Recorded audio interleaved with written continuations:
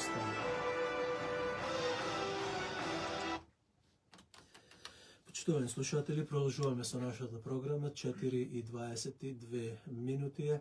Исто така, програмата ја пренесуваме и преку Фейсбукот и YouTube. И вие што сакате да се приклучите, можете да се приклучите, меѓутоа јас нема да бидам во кадарот на видеото, затоа што сум од другата страна и малку треба да бидам подалеку заради што го имам и грипот од моите гости. Како што спомнав, денес гости во студиото се архимандрит од манастирот Свети Климент Охридски од Кинглик, отец Гаврил, и председателот на Македонската православна општина за Мелбурн и Викторија, Дејан Змејковски. Добар ден и добре дојдовте во студиото. Добар ден. Најнапред, бидејќи пократко ќе бидеме со председателот на општината, ќе го започнем интервјуто со него за најактуелните настани што се имаат случајно во општината, бидејќи слушаме убави зборови, направени се повеќе работи, исто така се спремате за дочек на македонскиот национален и верски празник Илинден, како и секоја година. Кажете ни нешто повеќе и за слушателите. Еве најнапред да почнеме со Илинден. Да, сега планираме, да имаме комеморација, ќе почнеме од 11 часот. Моментално ја припремаме програмата. Како што гледа, пак ќе имаме присуство од Кочо Рацин, ќе имаме и трисагија на денот, ќе има и скара спремено, исто таму кои сакат да си купат.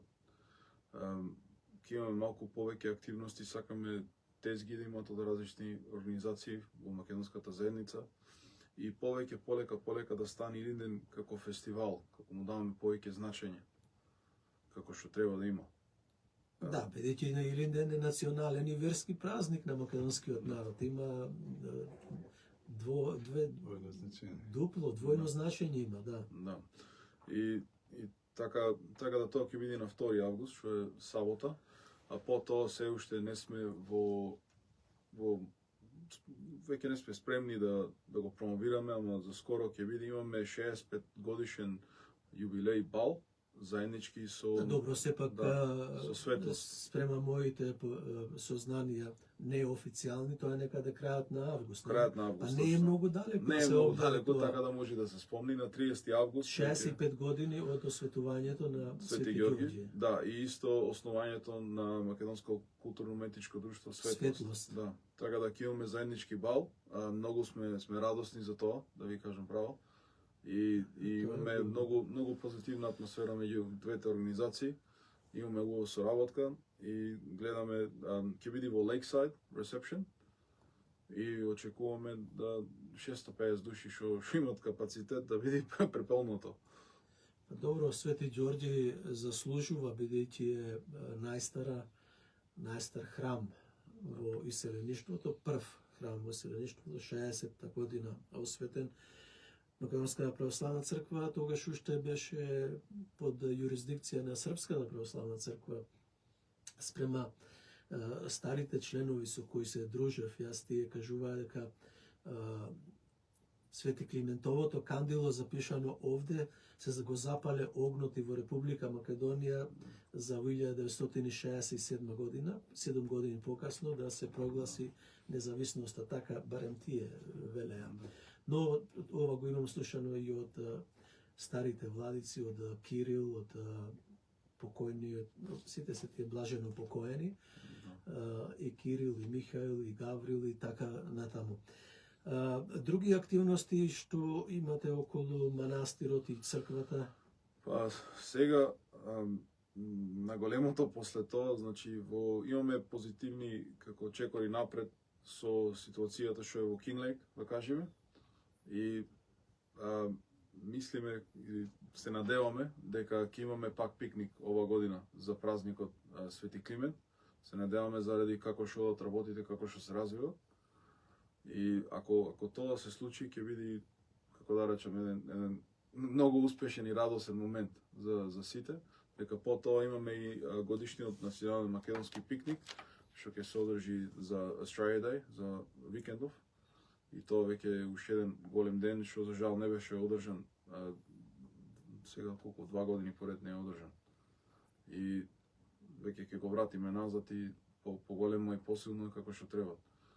Па добро за слушателите и за верниците да знаат и оние кои сакаат, кои го посетуваат Свети Климент Охридски, тоа беше една силна рестрикција, не само за нашиот манастир, туку и за таа целокупна област таму во Кинглек и западен Кинглек и пошироко.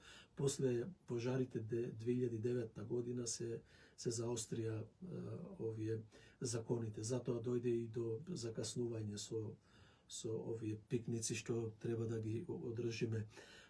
Како е состојбата во самиот храм во Свети Ѓорѓи Пресвета Богородица? Сега мислам многу убаво. Имаме доста парохјани ни посетуваат неделно. Да, и секој ден сме отворени, на фалшно ме подсети. Имаме доста волонтери сега и отварат. Отворени сме, да. Од 9 до 12 часот секој ден, ако е празник од 9 до 1 часот. И да, многу благодарни сме на тие волонтери што идат, што отворат црквата за нас и за да можат сите во самата заедница да посетат, да запалат свеќа, знаеш, врз денот. И почнуваме исто многу убави соработки со младинската група и моја. Напред идеме тука. И полека многу работи како што треба да сме активни, имаме добри луѓе во самото управо и стануваме и поактивни и имаме повеќе соработка, да речем, со поширока заедница македонска. Така, добро, Свети Ѓорѓи, Македонска православна општина за Мелбурн и Викторија секогаш била водечка или прва општина за сите работи. Прв манастир во иселеништвото е нашиот манастир Свети Климент Охридски. Првиот центар е исто така тука изграден. Првиот споменикот за Гоце Делчев донесен е од Македонија и тој е прв. Рековте, спомнавте пред програмата дека се планира за Методија Андонов Ченто да се одреди едно место. Па да, сега тоа се дискутира да ставиме плоча бронзена од Методија Андонов Ченто. Сега тоа е во дискусии со управата. Да, тоа ќе биде многу убава работа. Гоце Делчев, апостолот на македонската држава, револуција и така натаму, и Ченто беше реализатор во негово време и се формира Република Македонија во составот на Југославија тогаш 44 година заправо во Прохор Пчински во манастирот. Некои други активности да имате да кажете?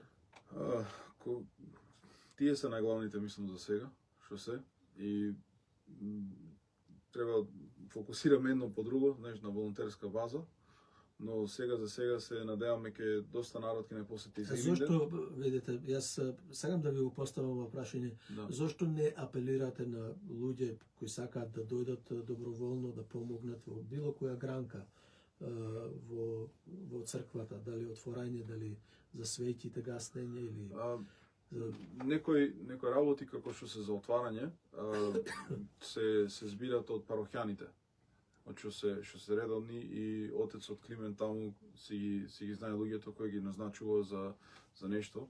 Од наша страна отворени сме на соработка и стално ќе бидеме отворени на соработка за различни работи, но верувам нека самата иницијатива и самата работа треба да почне однатре и после полека да ги придружиме луѓето. Мора ние да се покажеме способни и жедни за работа и од наша страна, дека сакаме да работиме за добро за заедницата, за добро за општината, и потоа мислам ќе имаме поверење од народот и напредок.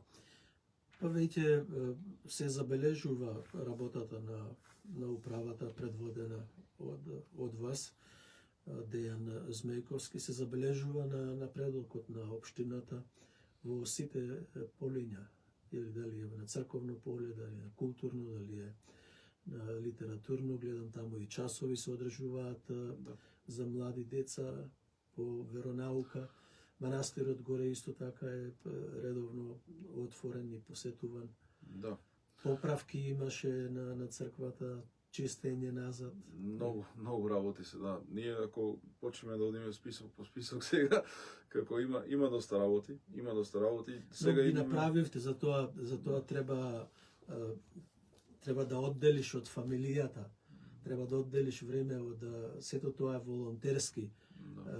Оваа работа што се работи во Свети Ѓорѓи, па и во другите организации, не само Свети Ѓорѓи. И тоа е мощно значајно да се цени доброволната работа на нашите активисти. Како да кажам, мора да е така, мислам луѓето треба да од себе да дадат нешто, за нешто да добие заедницата. И не дека не е тешко, ама вредно е. Значи ние го правиме таа работа со гордост и правиме работа дека сакаме да напредуваме и мора нешто да имаме да остане и како уште подобро за нашите деца. Тоа е тоа што е. Ви благодарам за информациите, само уште јас да спомнам дека почитувани слушатели Илинден ќе го чествуваме на 2 август, на самиот ден, во 9 часот ќе има служба отец Гаврил. Отец Климент. И Климент се врати од Македонија? Те се врати тогаш. Да, до тогаш ќе се врати отец Климент, веројатно. Не бев запознат со тоа, но сигурно ќе присуствувате на панехидата во 11 часот. Во 11 часот ве покануваме спрема соопштението, македонската заедница, македонските православни верници и сите оние кои сакаат да го одбележат националниот празник на Македонија. Продолжуваме со отец Гаврил, имаме уште 30 минути, односно 25, не 30, не 25 минути. Отец, ние зборувавме дека ќе го започнеме интервјуто со значењето на светите Петар и Павле. Значењето во Македонија, особено за воспоставувањето на црковниот живот во Македонија, кај македонскиот народ во нивно време. Вие сте повеќе запознати со тоа. Сакал да го кажете тоа, бидејќи сепак се спомнува и апостол Павле, како ги викаме, како македонец му се обраќа да дојде во Македонија. Јустинијана прва исто така се спомнува и црквата веќе наша го носи и тоа име. Околу нивните активности и што Македонија, каде се наоѓала тогаш и што можеме сега да кажеме за тоа време? Па историјата на македонскиот народ и на македонската црква е богата, кој што сами ја спомната и во Библијата, и Свети апостол Павле, не само Свети апостол Павле, туку дури Свети апостол Петар, за дејноста на Свети апостол Павле е запишена во книгата на Дела апостоли, кој што е броена во канонот на Светото писмо. Меѓутоа и Свети апостол Петар бил активен учесник во организирањето на црквата во Македонија и од 12 апостоли дури Свети апостол Андре првоповикан. Значи тоа се веќе тројца големи апостоли со кои што сведочи дека македонскиот народ го примил христијанството уште самиот почеток на првиот век. А покрај нив, нели, бидејќи Господ избрал 12 апостоли, негови директни ученици, кои ние ги нарекуваме големи апостоли, и 70 помали апостоли, ученици на овие 12, меѓу кои што бил иако Свети Павле бил меѓу тие, меѓутоа заради неговата активност и деност кој што е вложил во изградувањето на црквата, проповедта на Словото Божие на Евангелието, се бројува како еден од тие 12. Тоа е мощно и интересно. Јас барав кои се нормално, меѓутоа не го најдував апостол Павле во првите 12 апостоли. Да, точно не се наоѓа, тој подоцна избран, од почетокот бил Тој, значи, евреин по потекло, римски граѓанин од позната фамилија, меѓутоа бил задоен со таа еврејска традиција и сметал дека Христос се унишител на таа нивна еврејска традиција, а не оној кој што го исполнува Стариот завет и го проповеда, односно го основа Новиот завет, кој што е нели за нас спасоносен и вечен и совршен. И заради тоа почетокот не го разбрал право христијанството и бил гонител. Меѓутоа, како што се вели во Светото писмо на патот кон Дамаск, а му се јавува светлина, од која што бил ослепен, и само тој слуша глас: Павле, Павле, зошто во тоа време Савле се нарекува, зошто се риташ против бодело. Така и нашиот живот кога одиме против Бога, фактички никогаш не може да го покориме, меѓутоа како со бодило кога се рите, секогаш ние сме оштетени. Тогаш, значи, свети апостол Павле осознава својата опрелестеност, дека оде погрешно и тогаш станува ревносен ученик Христов, кој што со сета свој битие се вложува и го проповеда неизмерно Словото Божјо, кој што многу пати бил затваран, тепан, прогонуван, омалважан и така натака до смрт донесува, меѓутоа повторно Бог го покренува. Да, заедно со светиот апостол Петар, кој што исто така во многу се истакнува во својата проповед и затоа двајцата се рекуваат првоапостолни. Така и тропарот нивни, и тие заеднички загинуваат на крајот во 69 година во Рим. Светиот Петар бил распнат на крст, меѓутоа бидејќи Со ноцете горе. Да, бидејќи не се сметал сам себе достоен да биде распнат исто како неговиот Господ, посекал да биде распнат со главата надолу. А свети апостол Павле, бидејќи бил римски граѓанин, а во тоа време смртта на крст била најсрамната смрт. И затоа него го обезглавиле. И затоа и двајцата се слават на исти спомен. Иако нашиот народ традиционално ги деле на два дена, Петров ден и Павлов ден, меѓутоа во суштина тоа е еден ист ден. Ама и сега е два дена. Сабота е Петров ден, недела е Павлов ден. Да, тоа е традиционално, бидејќи македонскиот народ има многу луѓе кои што го слават Свети Петар, има многу луѓе Павле и затоа се поделува за да има како се вика ред. Не, да има посета, да има луѓето да си слават именденот. Да има еден ред. А за значењето на Македонија, македонците во тоа време, бидејќи често пати не сме признати од грци, од бугари. Бугарите се покрстуваат за време на цар Борис таму во 9-тиот век, а кај нас христијанството се појавува уште велите во првиот век. Да, Понатаму што можете да ни откриете? За жал, бидејќи после паѓањето на големото македонско царство на Александар II Македонски, македонскиот народ го е изгубил својата државност. И за жал историјата не пишува други. И ние во денешно време, значи и по самата историја и во порано што ја учивме во комунистичко време, селективно треба да ја учиме и да бидеме мудри како да извлечеме вистината од сета пропаганда. Била бугарска, била каква да е, грчка или комунистичка. И затоа најголеми докази за постоењето на македонскиот народ и црквата во Македонија се всушност археолошките артефакти, археолошките наоѓалишта кои што ги имаме насекаде во Македонија. Потоа списите на големите вселенски собори од историјата на црквата, во кои што учествуваат епископи од Македонија, исто така од житијата на светиите и од традицијата. Пример, во Струмица,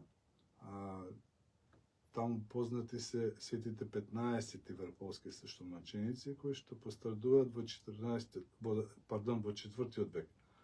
А пак и во нивното житие се вели дека во тој крај не постоеше непокрстен македонец.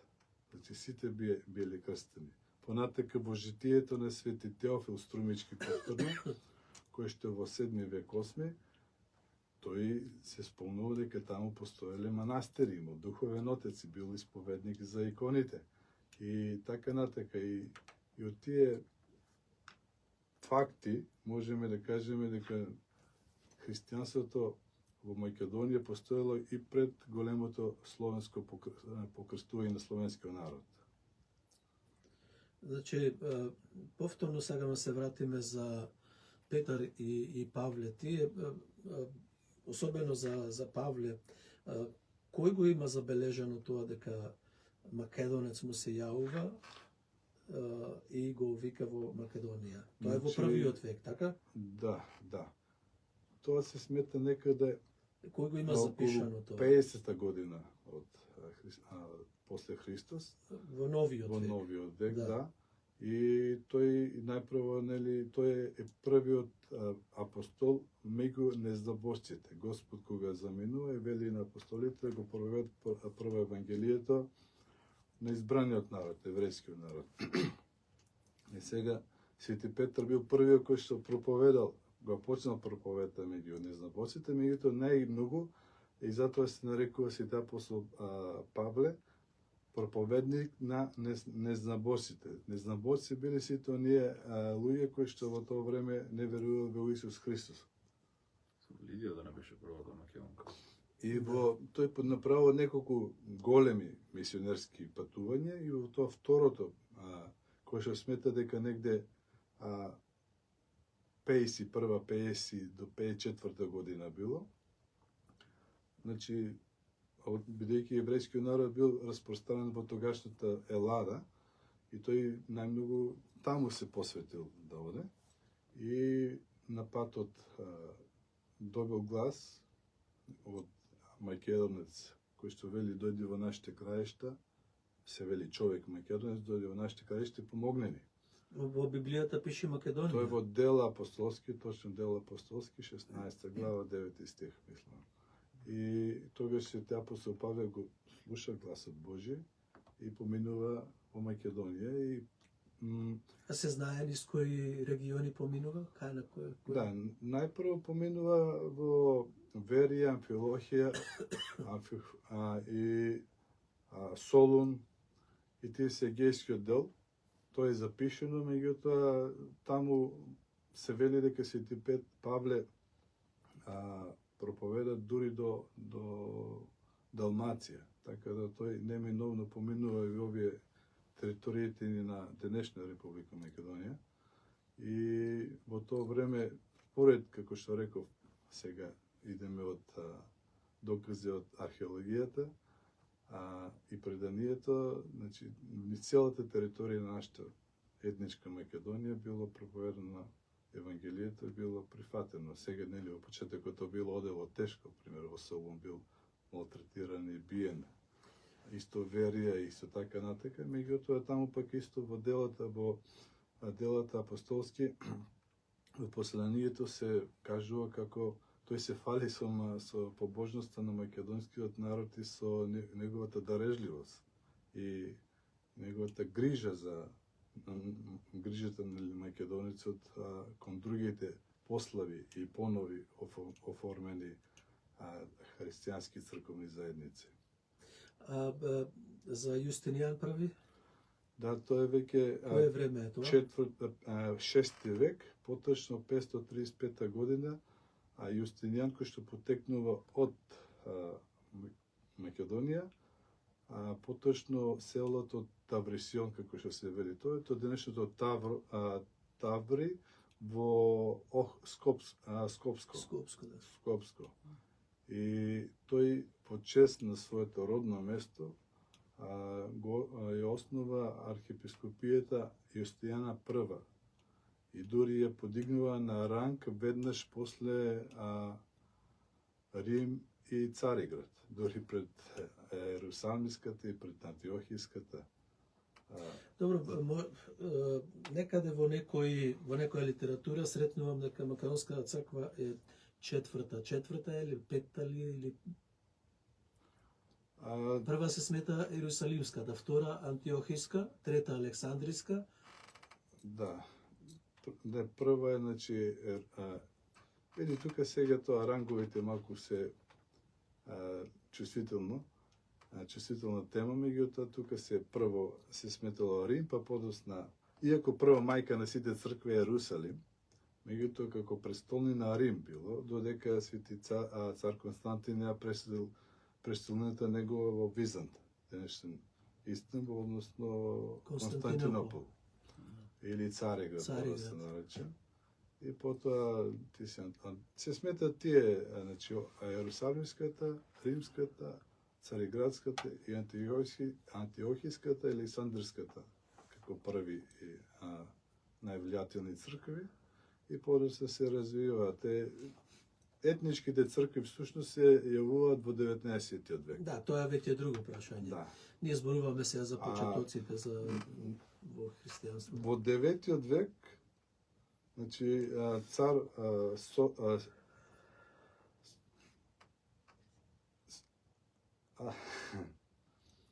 Самуил, пардон.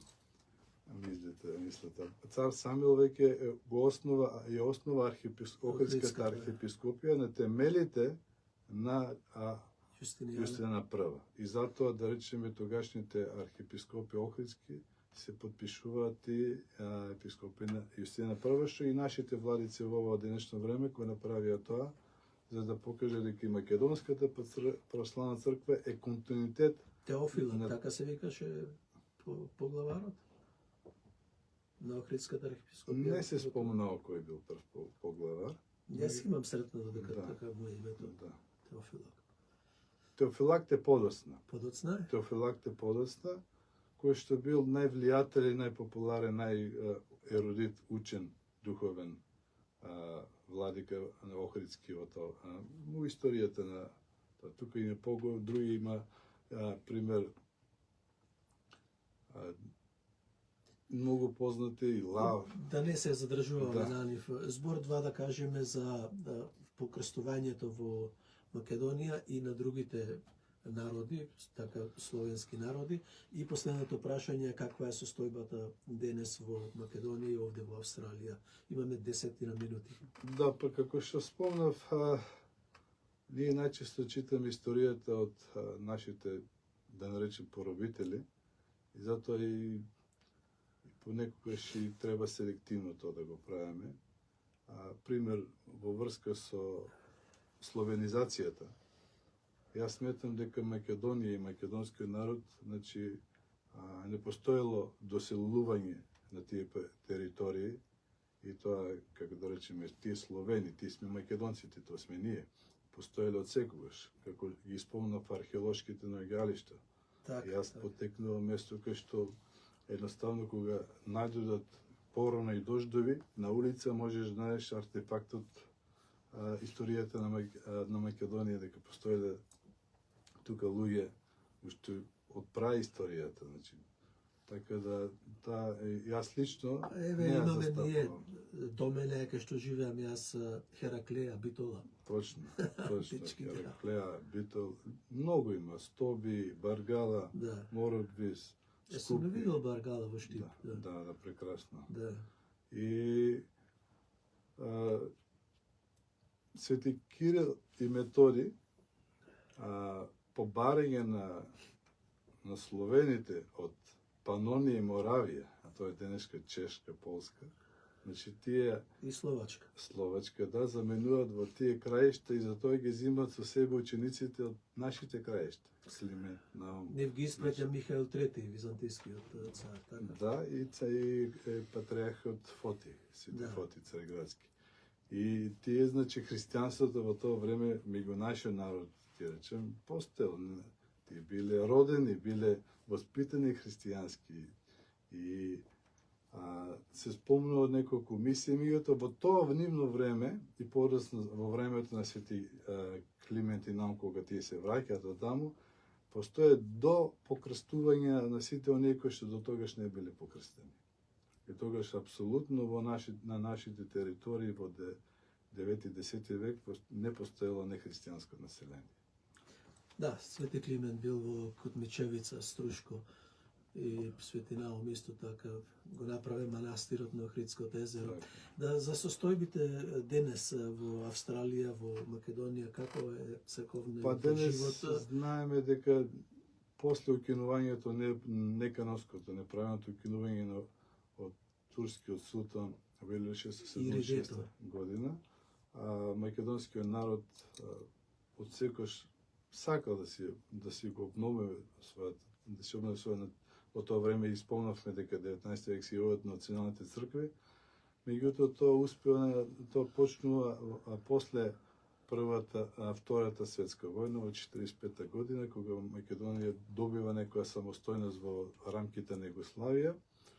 Подоа 58 година ја добива автономијата, за 67 година да прогласиме автокефалија по примерот на сите до тогашни основани православни национални цркви. Да. И според одлуката на 58 година дека одлуките од синодот на Македонската православна црква не зависат од тогашната српска православна црква. Меѓутоа тоа не најде на признавање од сите други останати, што во 2022 година се надмине тој проблем. Сега Српската црква ни даде дозвола, така речено, да нивни томос, за да ние бидеме самостојна автокефална црква и кој што си организираме нашата црковна активност, дејност според нашите потреби. И потоа се направили заедничка литургија во Цариград, на Духовден и така натака. И во голема мера е подобрена ситуацијата, пример, ние како македонци рамноправно можеме да заслужиме да литургија со сите други останати православни цркви, руска, грчка, бугарска, и тоа се случува. Тука. Вие често служите тука со руската црква, романската и некои други цркви, нели? Да, секако дека ние православните треба да се почитуваме, да се поддржуваме сите без разлика на националност, зашто постоje една света соборна и апостолска црква. Секако дека ние сме посебно си имаме, меѓутоа ради единствената христијанска вера треба да се почитуваме и фала на Бога, јас тоа го сватив и од почетокот поставив добри основи пријателски со другите цркви, кога не бевме признати. Меѓутоа сега особено сум служил скоро со сите православни цркви. Тука е, за жал, ситуацијата меѓу нас македонците малку е поинаква и се уште. Даде се пуштаат писма да не служиш. Ви забрануваат. Па не само за не сакам да набрегуваме во тоа, имаме уште 3-4 минути. Треба да најдеме храброст, што се вели, да се погледнеме во очи, да си нема смисла ние македонците самите себе да одеме еден против друг, кога еве доскоро велевме дека оној не е крив или друг не е крив. Меѓутоа сега тие ни дадаа рака, тие не прегрна, така речена, останува проблемот, значи, меѓу нас, и затоа ние треба да ги надмине своите ега, сега да ги надмине своите некои интереси што ги имаме меѓу себе и да се сакаме. Особено народ овде, да речеме, тоа треба да го почитува и народ треба да го практикува. Значи, вие имате голема почит од македонскиот народ овде во Австралија. Во 2012 година оние црковни општини кои што не беа во заедница со Македонската православна црква и беа, да речеме, против, како да кажам, не сака да речем да го потребам зборот против, меѓутоа во несогласно со владиката Петар. Заради имотите. Во 2012 година се дојде до едно заедничко решение, братско решение, во кое што се оформи новата епархија, Австралиско-Сиднеска епархија, која што владиката Тимотеј доскоро ја водеше, или Бог да му прости неговата душа. И затоа и двете епархии кои што ги имаме и црквите кои што припаѓаат на тие епархии и свештенството на тие епархии се равноправни и исти и легитимни. Тоа треба да го почитуваме, особено дека сега ние после опокојувањето на владиката Тимотеј сме директно под благословот и юрисдикцијата на неговото блажество архиепископ Охридски Македонски Господи Стефан. И уште 2-3 збора, една минута за сабота и недела, Петров ден и Павлов ден. Да, во сите наши храмови, значи, ки се служи литургија, треба заеднички да дојдеме да ги прославиме. Посебно, заради ова што сега го зборевме, дека тие се наши основатели на нашата црква, црквата во Македонија, и не осветлија со словото на вистината, не го откривале Евангелието на вистината, не го возможеле да имаме вистинското познање за вистинскиот Бог, а треба да дадеме почит на овие големи апостоли, и на тој ден, нели, завршува и постот кој што е посветен на нив, и потоа, нели, може да се блажи. Затоа... И честито на тие што го носат името. Да, нека е честито на сите Петровци, Павловци, Да. каде да се. И име е роден ден на 12 на Петар требало да видиш. Петар требаше да види. Дедо ми сакал Мајка да ти сум Петар. поголем од Петар. Христос, Ристо. Да, Затоа Ицо е од Ристо. да. Скратено име. Така, дедо ми беше побожен човек и затоа сум крстен со тоа име. Добро, доаѓаме до крајот, имаме уште една минута. Почитувани слушатели, разговор водевме со председателот на Македонската православна општина за Мелбурн и Викторија, Дејан Змејковски, и исто така и со архимандритот на манастирот Свети Климент Охридски од Кинглейк, отец Гаврил, за малку околу историјата. Убаво опфате отец Гаврил за христијанството, покрстувањето и така натаму, дека не е нашето од 67 година, туку дека е од самиот почеток, од 60-та година во првиот век се појавуваат и тие први христијански учења во тоа време. Јас ви благодарам, отец, благодарам Дејан, што бевте гости. Се надевам, почитувани слушатели, дека имавме добри 60 минути. Вторник ќе продолжиме со македонците од Пиринскиот дел на Македонија. До слушање и се најдобро каде и да сте.